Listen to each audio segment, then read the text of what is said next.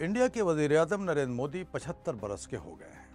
सियासत में वैसे तो अमूमन उम्र की पाबंदियां नहीं होती, लेकिन इसका जिक्र इसलिए आया कि मोदी 11 साल कबल जब वज़ीर-ए-आज़म बने थे, उस वक्त उन्होंने अपने सियासी गुरु और बीजेपी के सबसे बड़े रहनुमा एल.के. आडवाणी और दीगर सीनियर रहनुमाओं को यह कहकर सियासत से रिटायर कर दिया था कि वो 75 बरस से ज़्यादा उम्र के हैं।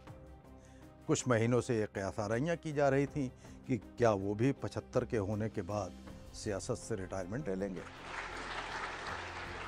I never said that I will retire or someone should retire.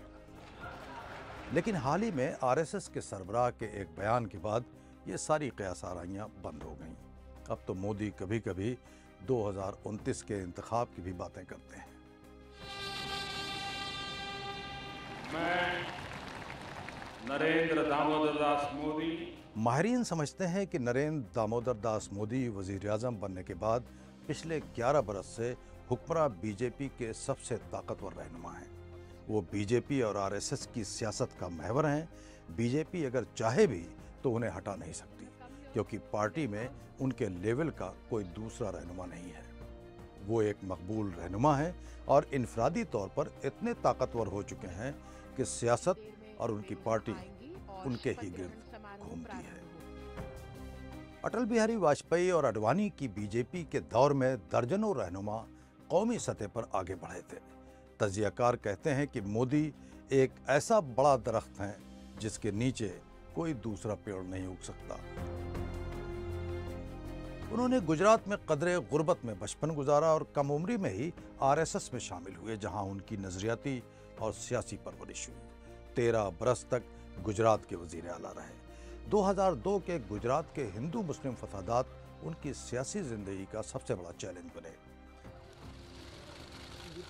माहिरीन ये भी समझते हैं कि उनकी 11 बरस की वज़ारत-ए-उज़्मा का सबसे अहम पहलू यह है कि उन्होंने बीजेपी और आरएसएस के हिंदुत्व के नज़रिए को इंडिया के माशरे में घोल दिया है।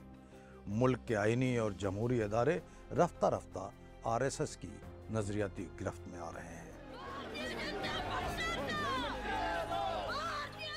लेकिन ताकतवर मोदी को पिछले पार्लिमानी इंतखाबात में धचका लगा था।